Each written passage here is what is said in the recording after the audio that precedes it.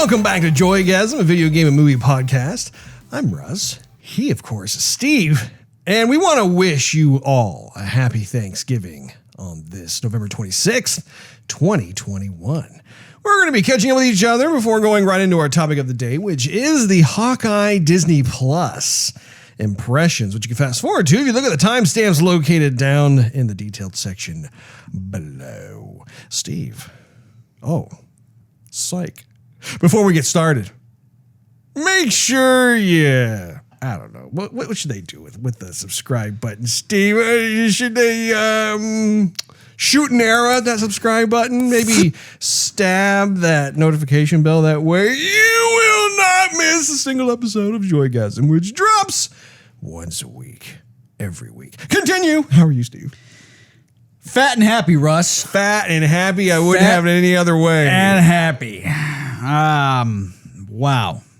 We have eaten a bunch. We have consumed a lot. But I will say I did not overindulge.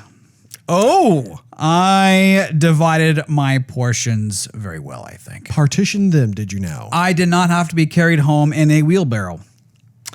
Although that is strangely satisfying to do once a year. I would say maybe if you can fall asleep and then wake up and have a hard workout the next day. Absolutely. You know what I'm saying there, Russ? I do. You're abusing the equipment again. Yeah, it just gets in my way, you know? I need to talk with my hands. You know, anyway, that happens, Russ. That's the accidents and dangers and perils of the job. Indeed. Absolutely, I am familiar with said deed. How are you? I'm good. I too am fat and happy. But would that be different from any other day? Any other day, indeed. You know what is funny, though, is I noticed that hardly anybody went for seconds, which had absolutely nothing to do with, like, the flavor or taste of the meal, but more like, I think we were just also full. I mean, the whole meal was terrific. It was outstanding. Like, all the different dishes were wonderful, but like I didn't go, which I found myself being surprised because I usually always go for seconds. I don't think you did either, did you? I did, well, not like an entire serving. I went for seconds in the turkey alone. Okay, so you had like 1.5 issues. Like, yeah, I had like 3/10 of what I had before, Russ. I see. I kind of did that a little bit earlier too. Fraction. Oh, not earlier. Of what I had. I did it later, like as we were washing dishes and stuff. But instead of turkey, I grabbed the green bean casserole. Instead of turkey, I took a swig out of the gravy bowl. No one's looking. Oh, once it hits your lips, it's so good, you know.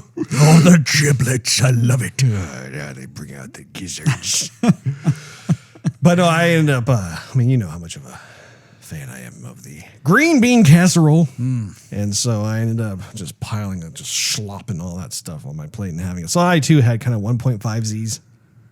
You know, you could say it is a balanced meal of sorts. Balanced meal. I think, because you have some greens. Yes. You have your protein. Yeah, some oranges. You have I'm just going to move that aside there for a second. I'm going to break a window. We used to have a glass table. You no longer. You have your sweet potatoes. Yes, the oranges. Okay. The oranges. Well, you said the greens, and so the oranges also. the oranges. Sweet potato. Right. Sweet potato. It's orange. Yeah, okay. And then you got what? You got your cranberries. I don't know what cranberry would really be. Your berries. Your maroons. Your berry sauce. Well, and then we had the cream of corn, so those are our yellows. Uh-huh.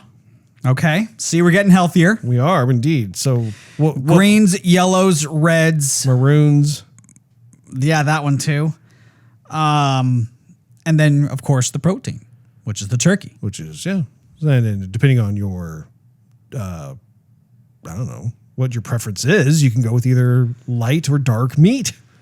Yes. You know what's interesting about that though is that there's never a blue or I guess maroon is kind of getting into the realm of purple, but like there's never really any kind of blue food group, is there? No, Russ. That would be milk on Star Wars Episode 4. Yes. blue milk. Although, Or if you see it in your cheese, it might be okay. blue cheese. Yeah, blue cheese. Not bad. Not bad. Anyhow, so I was full though. yeah, okay, yeah. I think everybody was full. I think we got that. Did anybody else have seconds or 1.5Zs? No, I don't think so. No, I don't think so. No, I think my father-in-law might have had seconds. Oh no, our dad had seconds. possibly. He had seconds. I think my father-in-law may have had seconds. And that may have been kind of the official it on that kind of thing. Because you and I typically have seconds. That's kind of a foregone conclusion. But for whatever reason, we were just stuffed. What you need to do, though, once you are done picking at the turkey carcass and choosing whatever you want to choose, is you need to give us back the carcass. The carcass. The carcass. Why is that? Because my wife then goes through and picks other little bits of meat off it and puts them in a stew. Oh. Puts them in a soup. That's right. You did mention something about this yesterday. And it's a very nice. It is a very good. It's such a beautiful thing. I thought you said you're going to feed it to the dog. The dog eats after the dog messes. Moving on, though. We should probably talk about some games. Well, some sure. movies. We can talk about games and movies as well. But I just seeing as how Thanksgiving was yesterday, I thought it would only be fitting. Oh, by the way, I have a bit of a bone to pick with you as I'm thinking about this. What happened to the pumpkin pie last night? Well, I'll tell you what happened to the pumpkin pie because we had a discussion about it. So here's the thing. You can only eat so much. How many times? Wait, time out. We have to let them know, first of all, we have to set this up so that way they know what we're talking about. Every Thanksgiving, we have pumpkin pie for dessert with whipped cream. It's kind of like it's just part of Thanksgiving. You got to have pumpkin pie for dessert. It doesn't even matter how much you've ate. If you've had seconds or thirds or fourths, you will make room for said pumpkin pie. Continue, Steve. Oh, one last thing. There was no pumpkin pie. Continue, Steve. Anyway, so here's the thing. You've said you are full about 3 times in this short little span of an Correct. episode, right? So you're already full as it is. But you know good and well that when people say pumpkin pie, Yeah. then somehow, room is made. Even if it's between here and here, within the esophagus, that pumpkin pie will be digested somehow. Negative, I would say. I would say that's possible, but you wouldn't enjoy it as much as if you weren't trying to fold the tufts of your gut below the table to make room for a little extra spot in your stomach for pumpkin pie. I would say, so anyhow, the topic was, well, should we do pumpkin pie or should we not do pumpkin pie? Well, who was this topic discussed between? Because it wasn't me. It was Mom and me and my wife and everyone this side of the family. Okay? It was over here on this side of the family. So some scheming was going on behind closed doors. So here's the dealy-do. So we have plenty of food to fill us up. Okay? And then we had sweet potato souffle. Indeed we did. Which is very, it's mushy. It's sweet potato. It's not hard. It's not crunchy. It's magical goodness is what it is. Right. But it has, some brown sugar on it. It has cinnamon, crushed pecans, whatnot. It's very sweet. It's not like you're eating kale salad or something. Like you. What, kale salad or sweet? No, you're sweet. Okay. What the heck? You think I would compare you to kale salad? Well, I said multiple things. I know what you're comparing me to. The whipped cream? Who knows? That would be really funny, though, to someone were to compare me to something like that. I'd be like, I really am confused as to how to take that. So, if you think about the texture of all the food, minus the turkey, green beans, or green bean casserole, I should say, it's soft and kind of creamy and mushy, right? Because you have all the cream of mushroom soup in there. Yes. The corn is cream of corn, so you have more gravy in the corn. The sweet potato souffle is a creamy texture on its own. The pretzel salad has a very thin layer of pretzel on the bottom, but basically it's cream cheese and jello, like cranberry jello on top, which is also very creamy. Are we getting a kind of a theme going here? And so, It's so good. pumpkin pie would have been yet another type of creamy something on top of being overstuffed with everything else. And so we ended up, no one even had dessert. I mean, we had dessert here, and I was the only one to partake in any of the dessert. Thank you very much. Because everyone else was like, no, no, no. That's because it wasn't pumpkin pie. You see? Like everyone, I'm telling you. Everybody was full. This is part of the tradition, at least within the Perkins clan. Is we will move heaven and earth, or in this case, our pancreas and kidney, to make room for pumpkin pie. Not to mention the fact that this bald Q-tip of a bro that you see before you right here, he makes exquisite pumpkin pie. There are two things that I can think of off the top of my head that he does really well. One is fudge, which he makes typically during Christmas time. And the second is pumpkin pie, which I happen to look forward to. And I was denied my ability to enjoy his pumpkin pie. You will get pumpkin pie this season, Russ. You just didn't get it yesterday. I don't even know if we got whipped cream. Did you buy whipped cream? Yes. You have whipped cream. Oh, yeah. I don't know if I don't think I've seen any whipped cream in my fridge. So, But don't worry about it, Russ. Okay. Thinking too much about it. Dude, okay. I'm obsessing about it, especially today, because typically, and you know this, typically the day after Thanksgiving in the morning, what do we always eat for breakfast? Pumpkin pie. Indeed. I had a breakfast burrito. And you know what else I had? What? Leftover from yester breakfast? You had what? Guava mimosa. Oh, see. With my breakfast burrito. That's how you do it. That's fantastic. That's awesome. That's one of the things that we enjoy doing is taking either mango or guava juice and mixing it with, what is it? Limarca? Limarca? Is that how you pronounce it correctly? I don't know. We're not sponsored by them, though. It doesn't matter how you say it. Anyway, it's a mimosa. It's one of those freaking mimosas you have. It's very tasty. It's very good. And we tend to do that in the mornings on Thanksgiving and days afterwards. But, With homemade cinnamon rolls. Steve, let me ask you a question. Yes, Russ. What are you thankful for this year? The air in my lungs, Russ. That's it? Sounds a bit selfish to me. You have the best teeth, by the way. Look at that. Look at those pearly whites. Man. Man. What are you thankful for, Steve? Russ. Well, I'm thankful for great entertainment. Shouldn't we talk about the Todd here? Well, I'm just, we never had a chance to really go over yesterday what we were thankful for as we were stuffing our gullets. So I thought maybe perhaps you'd have something on your mind that you'd be thankful for. Russ, I'm just thankful to be alive every day. Oh, well, that's good. There you go. That's great. Well, in that case, I will say I am thankful for you. I would never want to switch or change up this as my brother right here. He's a wonderful man. I was very thankful to be able to have family together once more because in 2020, that was not happening. We had a lot of Zoom call screens around the table as we ate in our own separate homes, which was pretty sad and lame. But not this year. Not this year at all.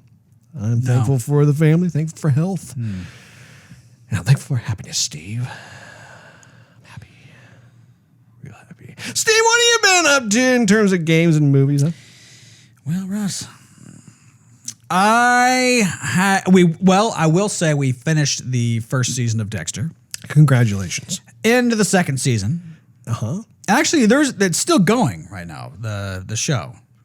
Did you know that? Yeah. Well, they've. I don't know if they're rebooting the show or if it's continuing. I'm assuming it's continuing where the last season left off. Seems like it's continuing, Russ, because it's on like season like 9 or 10 or something. So I don't think it's revamped, Russ. I think they're keep on going with it. And you never came over with Ghostbusters. Well, yeah, because I told you when you come over here, I'll give it to you. You said you would bring it over and we would all watch it. And then it's been a week. I said after Thanksgiving. That's what you said last week. No, because no. What I was saying was when I was at your house on, what was it, yesterday morning for breakfast, I told you when you come over here for the podcast, I would give you the Ghostbusters because I wasn't coming back over to your house yesterday. You were coming over to my house for Thanksgiving dinner. You see how this works, Steve? Right. Well, okay. Yes, you said that I could take it and then I could bring it back over. Yeah. But I was saying a week ago, hey, no. Actually, no. I saw you were saying we should get together and watch it. And you said we should watch it here, and I said no. It's got scary scenes in it. We can't turn it up. And so you, with your young daughter, you're not going to be able to watch it here. Therefore, you guys should come over and watch it. Right. And then nothing happened. And then you said, well, just come pick it up from my house. Well, no, because like you inquired if I had brought it yesterday morning. I said, no, I forgot it. But I said, I will give it to you when you come do the podcast. Yeah, I know. I guess I'm still wanting everyone to get together, Russ. Okay. Well, they're going to. After the show, I'll give you the DVD. Just don't, or should I? Well, I guess you should, because, I mean, either way you want to watch it, you're obviously not coming over. You're going to watch it without me. That's what you're going to do. That's right. That's what I'm going to do, Russ. That's what I'm going to do. You know what we should do? What? Is a trade. Get me one of your homemade pumpkin pies for Ghostbusters. I think that's a fair trade, if I do say so myself. Don't you already have some of my games just chilling over here? I do. Yes, I do. It's very true. That's what I thought. That's what I thought, Russ. We'll work it out, though, one way or another. We'll figure it out. Anything else, Steve? No, Russ, that's about it. I've been swapping Forza and FarCry back and forth. I'm literally almost done with FarCry, but Forza's calling me. I was going to say, I'm kind of surprised that you haven't finished up Far Cry. I figured you would have beaten it by now. I think, well, yes, I could have beaten it. There's like a straight arrow way you can do in the game just to really beat it in a hurry. And I don't want to do that. I'm just trying to do everything there is to do in the game. And so that's what I'm doing. But I don't know. I think when I play it the second time around, I think I'm just going to kind of blow through it, because there's a lot of, in that game, there's a lot of like time waster stuff where. Oh, like intentional time waster stuff? Yeah. It just seems like there's not enough like intentional story. Like you have to do this to see what happens next in the story. There's just a bunch of like, okay, there's a military outpost you got to take out. There's an ambush we got to be a part of. Or there's like a checkpoint, not a checkpoint, but like what's that? Like a military stop outpost? Not an outpost.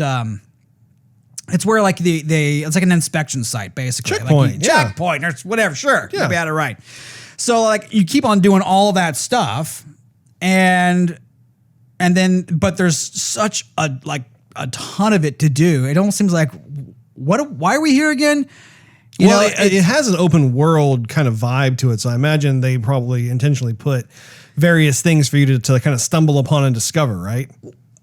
Yes and no, not really. I mean, you can discover things that are no more of the same, but I remember in Far Cry 3 and 4, there was stuff that you really had to do to push the narrative forward, interacting with certain key people in this world and in this story.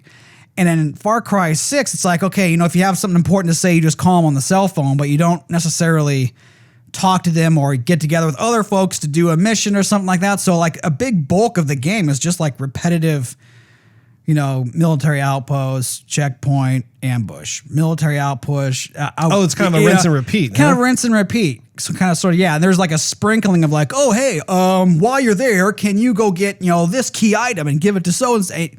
So I don't know. I got to a certain, I'm like literally almost done with the game. And I just thought, man, I it's kind of losing a little bit for me. I'm not saying that it's bad. I'm just saying that I'm not as excited, like heading towards the end of the game, as I thought I would be. Sure. That's fair enough. Well, and you have Forza, so that, I mean, like you said, it's calling to you, and that's a terrific game. So it makes sense why you have multiple titles vying for your attention. Right. Well, for me, backing up just a little bit in terms of what I've been up to. I went to the Bay Area 2 weeks ago because we had a bit of a kind of an on-site get together, if you will, of various folks at 31st Union. So one of the fun things that I ended up doing was I brought with me my copies of Deadspace and Call of Duty Modern Warfare 3, simply because there are a lot of folks who work at 31st Union who have worked on these titles. And if you go on social media and check out the Joygasm pages like Joygasm TV, I've posted pictures, which you may have seen yourself already, but for those of you out there who have not seen it, you can check out the pictures, and I'll probably, maybe I'll post them on this as well for those of you watching on YouTube, so you can check it out. But it was so fun because we had a lot of stuff that we were taking care of just in terms of day-to-day tasks and that sort of thing. But we had kind of a little like get together before everybody kind of went their own separate ways. So I brought these out, and it was so fun because their faces each would light up when I would approach them with some Sharpies and ask, hey, would you mind autographing my I was basically like in my fanboy mode, which, I mean, to me, it's like, just because you work in the games industry doesn't mean you can no longer be a fanboy anymore. I mean, as far as I'm concerned, we're like, all of us are like uber fanboys when it comes to various games that we love to play and that sort of thing. And so it was a lot of fun to be able to do that. And I've had that on my to-do list for so long, because even when I first interviewed back in 2019 for a position at 31st Union, one of the things that really sold me on working there was the fact that there were several people in leadership who had worked on these games that I had enjoyed. I mean, if you think of Deadspace, that title came out back in like 2010. It was like 2009, 2010, somewhere around there. Very long ago, but I mean, that was like such a unique title, super cool. And then of course, Call of Duty goes without saying. I mean, there's all these different titles that various developers that were under Activision worked on. So that was a lot of fun.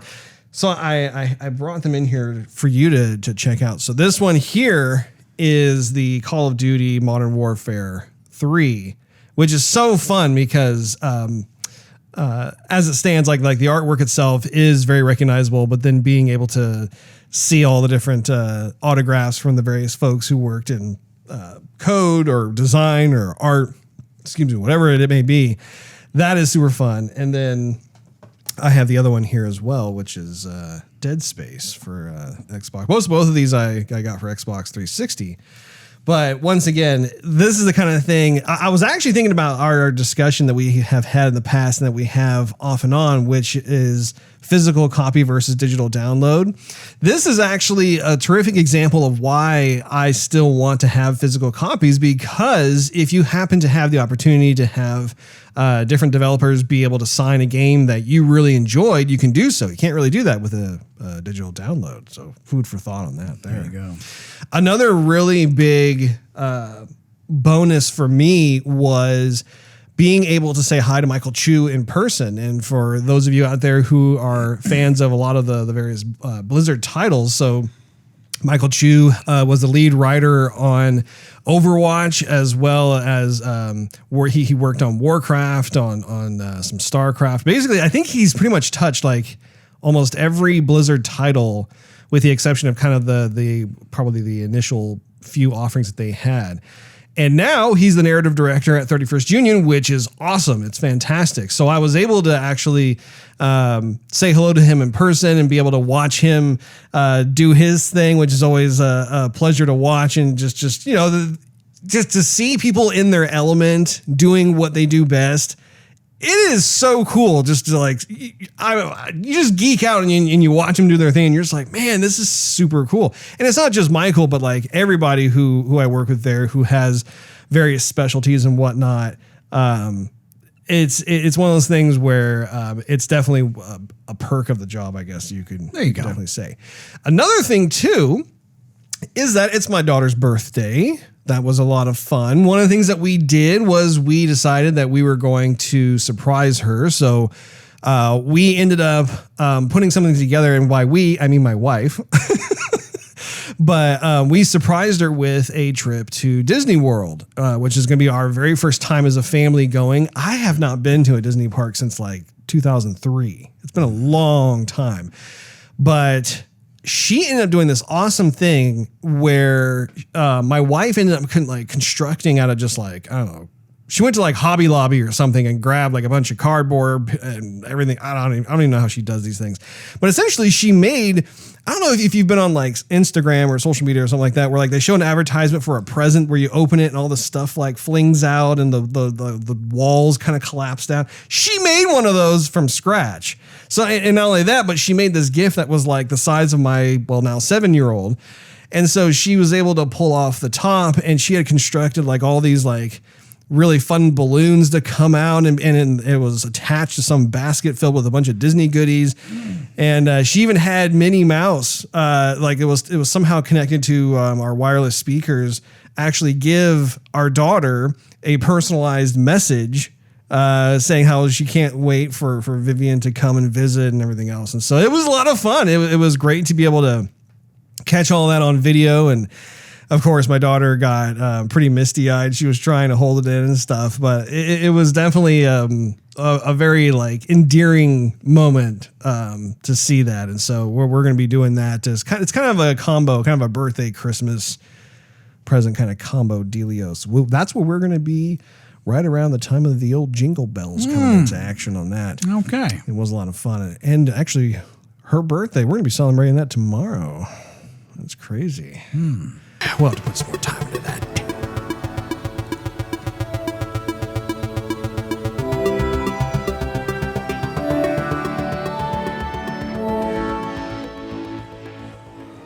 Well, stay on target. It's time for the topic of the day.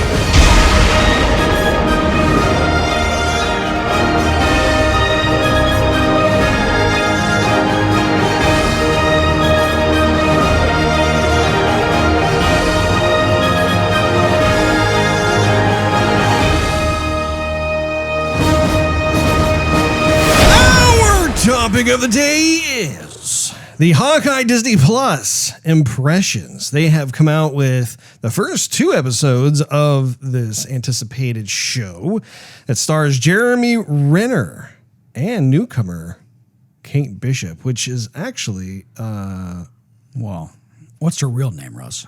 I'm sorry, Hailey Steinfeld, who plays Kate Bishop, which is the comic book character. Yes, indeed.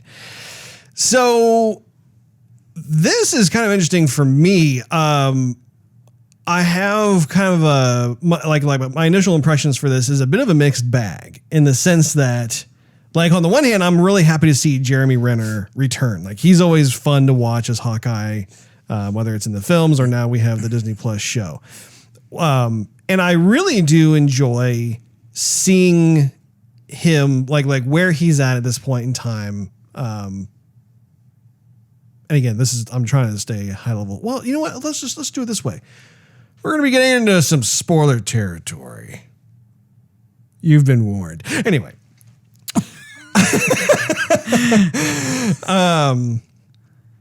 Yeah, like I was thinking about how, as I was watching through the show, like it's interesting to see these characters whom I've watched over the past 10 plus years and how they have so like gotten into whatever character it is that they represent.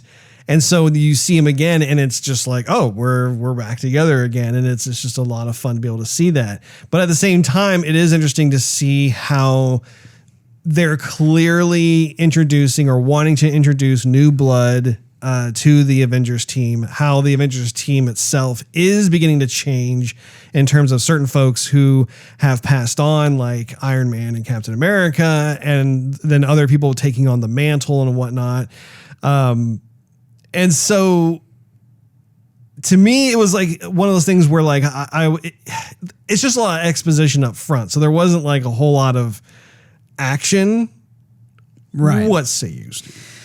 Yeah, so I understand what you're saying with the whole not a whole lot of action. I'm okay with that, and maybe the beginning episodes, because I don't need to be on the edge of my seat in episode 1 and 2. Yeah.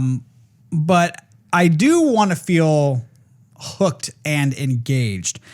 And at this point with like the first 2 episodes, I'm not, it's called Hawkeye, and I'm thinking we're going to be following Hawkeye, but we're actually kind of following Kate Bishop more. Yeah. In a sense. And so I'm like, okay, well, is this her show or is it his show? Because if it's his show, why are we introducing like a new character and giving her all the screen time? Like, shouldn't that happen later on in the show maybe? Like, or should it be opposite where we're giving him more time and her less time, but like maybe building up so that towards the end they both have equal screen time? I don't know. Well, and yeah, I think that that's an astute observation in the sense that, so the show is called Hawkeye. It's not called Hawkeye and Kate Bishop. It's just Hawkeye. Right. And I think what they're trying to do is they're attempting to have both character arcs begin at the same time. So you get to see what he's up to with his family. You get to see what she's up to with her family. I did enjoy, being able to see her as a little girl where she witnesses Hawkeye during the Avengers and when Loki was being a naughty boy and having all the alien military craft flying around and everything else, and seeing her or not her but she seeing him just really kicking a whole lot of butt and flying, or not flying, jumping off the rooftop and basically doing his Hawkeye thing, right? Like I thought that was really strong. I thought that was great. And then it starts going into more of her being 22 years old and being very efficient at archery, at karate, at fencing, all these different types of physical things, which I think is really cool in its own way because it showcases how she is a little girl growing up. She wanted to learn about protecting people, about defending herself. That was a seed that was planted when her father passed on. And so that was all fine and good. But going back to what you were talking about, it was interesting how you had these two that were kind of vying for the spotlight in both episodes. And while Hawkeye clearly is more of the veteran, so to speak, and she's the Padawan learner, I did think it was a little surprising as to how soon they did introduce her character. I almost kind of wished that she was introduced maybe in like episode 3 or 4 of the series, because I just really was wanting to get caught up with Hawkeye, find out what all is going on with him. And like, I thought it was really cool to discover that he's had hearing loss, that like he has a hearing I thought that aid. was actually kind of cool. Yeah. I thought that was and they're like, oh, well, where was it from? And then he kind of just has this quick, sequence of flashbacks where explosion after explosion, of course, that's going to be loud stuff crashing around him and people yelling and stuff. Busting through glass. Yeah.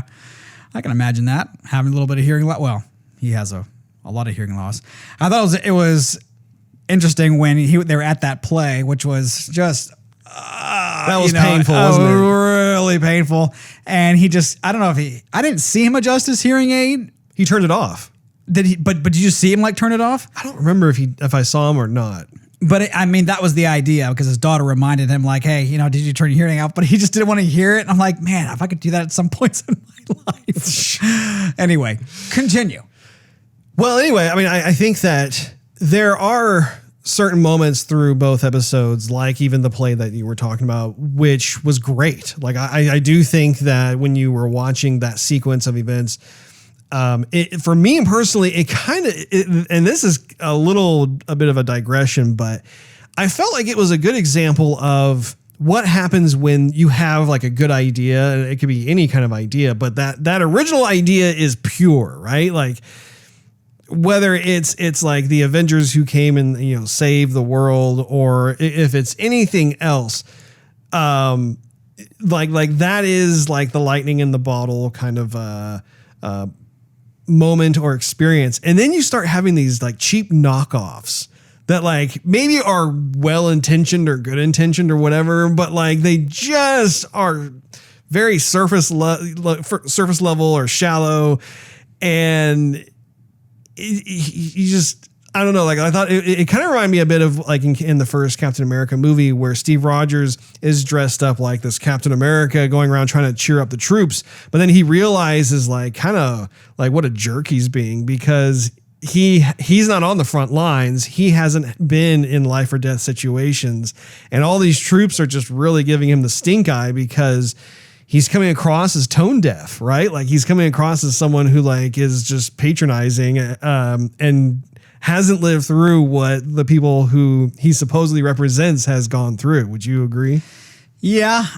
What it made me think of was, when I see a veteran, right? Well, for example, there was this time when, before my wife and I were married, we went, she was visiting from Canada and I had taken her to lunch at this Vietnamese place that we had eaten a lot of times when we were dating and together prior to her moving away. Anyway, so where's this going? Yeah, man, I love that girl. Anyhow, so there were two gentlemen there who were veterans. They had they weren't fully decked out, but I mean, they had, soldiers have these little hats that they wear that, they have some medals and stuff on them and stuff. So they were decorated and they were just talking. And so I told our waitress, I said, I want to pay for their meal. And I didn't want to make it a big deal. All I wanted to do was just offer my thanks. Sure. I didn't want to bring up the past, did you know anybody who died? Yeah. Sort of thing. Yeah. I just wanted to say thank you. That was it. And so, and they looked at me and they said, well, thank you very much. And they gave me a tip of the hat and they both were smiling. They both gave us a wave and that's it. And I thought, okay, cool. And then other times I've said, to different soldiers and they're like, don't talk to me. Yeah. Don't talk to me. I'm like, okay, cool. Like I'm appreciative. That's it. And so I saw a little bit of that in him and we have yet to really know the extent of it. I mean, he made that comment in episode 2 where he's talking to his wife and he's like, oh yeah, I got to make contact with the track team or the track pants team or something like that. So there's some little bit of animosity there that I think we're going to be catching up with because maybe he's on the outs, maybe he's had it and rightly so. I mean, everybody at some point is going to go, look, I just want some peace and quiet in my life. I'm done with the action. I'm done with the killing. I'm done with the drama. I'm done with like the PTSD. Yeah. I just want to live. Oh, doesn't he own like a ranch or something? Yeah, he has like some house that's like off the beaten path in rural America somewhere, and he keeps his family there, and and he's been through a lot. Like if you think about all the different types of crazy scenarios and situations he's been in, from a comic book perspective, he has become a veteran. Yeah, and I think it's one of those bittersweet situations too, because Jeremy Renner himself, I mean, he's not old, but I mean, he's aging in the sense that like he's not as youthful as he was like 10 plus years ago. I mean, none of us are, right? Happened in 2012 for crying out loud. Yeah. But I did appreciate how they were showing his character in a way where he didn't need a spotlight, right? Like he wasn't after trying to sell people. In fact, that's one of the things that they were touching upon was he's not about selling people something or whatever. He's just trying to live his life. He knows in his heart that like he was able to do his civic duty and be able to contribute and help others and protect others, that sort of thing. And I think that that's one of the redeemable qualities of Hawkeye, or Clint. So there is all of that that's going on. It's during the Christmas season and that sort of thing. And then we are also being introduced to Kate Bishop, who, by the way, I mean, like, I really do like the actor who plays Kate Bishop. I think that she has a really cool look. And I think that like the persona that she's giving off is fresh. I don't think it's necessarily like contrived or eye rolling or anything like that. I think that she definitely has at least kind of the starts of a character that I'd like to see what happens with. I'm a bit torn with her because on one hand, when she's with Hawkeye, she's just starstruck and kind of making these little, snippet jokes, here and there, which are a chuckle. Sometimes they're not. I appreciate more so her relationship with her mother Yeah, now that is very interesting because obviously she's really tight with her parents. You know, she was devastated when her father died, was killed. And so now she just has this kind of really strong passion of wanting to protect her mom. And I think that to the credit of the storytellers, seeing this other guy come in who's like trying to marry her mom. Right. You never met me before and I've been, shacked up with your mom. How you doing? Do you like my mustache? Oh my gosh, she's dating Boba Fett? Yeah. Look, there's one thing about those handlebar mustache folk. Keep an eye on. Oh, man. But anyway, I mean, that generated sympathy, of course, because I think it is a challenge for anyone who has certain newcomers that are interested in becoming part of the family, and especially when it comes to your mom or your dad, if they are interested in possibly marrying a new significant other, then there's going to be a little of abrasive tension going on. But they didn't leave it at that. Obviously, there's more than meets the eye. She's suspicious of what's going on with this newcomer who is definitely charming I was gonna say his wife, charming her mother. Right. There we go. It's in the right order. Son, granddaughter, no, cousin, second removed. But anyway, it's interesting because I do think they are going through the obligatory exposition because they're having to introduce this new character. We have to get caught up with Jeremy's Clint / Hawkeye. Yeah, who are we talking about? All of the above. All of the above, Steve. So what are your thoughts going forward in terms of this show? Like, are you invested so far? Like, are you going to be watching all the rest of the episodes? Well, Russ, I say that. And yes, in my heart of hearts, I wanna. Mm-hmm. But I have yet to finish What If. Hey! And so you have a metric ton of stuff that you have to finish up. Whether it's games, like you haven't even beat Guardians of the Galaxy yet. I'm not hardly even played it, Russ. I'm pretty much exactly where I was when we spoke about it. And that is all. I will beat Far Cry, though, Russ. When we do our episode of favorite games of the year, I will have beaten it. I have no doubt, Steve. But when it comes to Hawkeye, oh right, yes. Is this a show that you so far are into, or are you? I am into it. I am curious where they're going to go with it. I just definitely want to see more of Hawkeye. I mean, there was a nod in the first episode where it was Natasha. He saw her prancing around, or the actor who was supposed to prancing around. What are you talking about? On stage. Oh, the singer on that play, like the singer or whatever. I think you're talking about Scarlett Johansson. I'm like, I remember her prancing. What are you talking about? No, a horse. Yeah. So anyway, so his daughter mentioned her, and so I don't know if that was something we were supposed to key on, like. He's gonna have a flashback, or maybe they're gonna meet up at some. They can't really meet up. She's gone, so they ain't gonna meet up. And I think that the whole purpose of that scene was he was in a way he was kind of being triggered by the Broadway play, seeing someone perform as Black Widow, and even seeing that little girl with the red hair in the audience who was waving, who recognized Hawkeye in the audience, but Black Widow was Hawkeye's best friend. And so with him in like the present day, realizing how he's lost his best friend and that sort of thing, I think it helps to add or remind the audience that he's got some baggage that he's having to contend with. And all he wants to do is just take it easy and spend time with his family because that's his happy place. I am hoping that we will see more of Budapest. I have a feeling that what we're going to see in this first season is probably like for instance, what's that one gang called? The Track Pants Gang or something, the Russian mafia, super silly. Yeah. Anyway, I have a feeling that we are probably going to see some of the fallout from when I keep calling him Jeremy Renner because that is his real name. Clint. I think Eastwood, Clint Eastwood. Yeah. You feeling lucky, punk?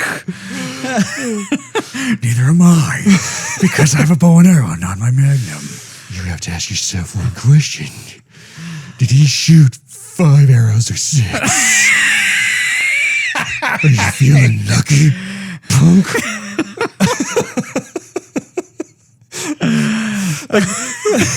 The guy's on the ground, the villain, he's like, I could see your quiver. You've clearly got one more. Shut up. It'd be a whole lot easier if I had a revolver. I gotta get a smaller quiver. Located further down on my back so they can't see it. Play Robin Hood, they say. It'll be fun, they say. Anyway, during the time, especially of Avengers Endgame and Avengers... hurt my jaw. The Infinity War saga and Endgame, we were catching up with Hawkeye as to how there was a period of time he was by himself, and he was just kind of being a vigilante, right? And that hence the whole like ninja outfit that Ronin he had. outfit, yeah. Exactly.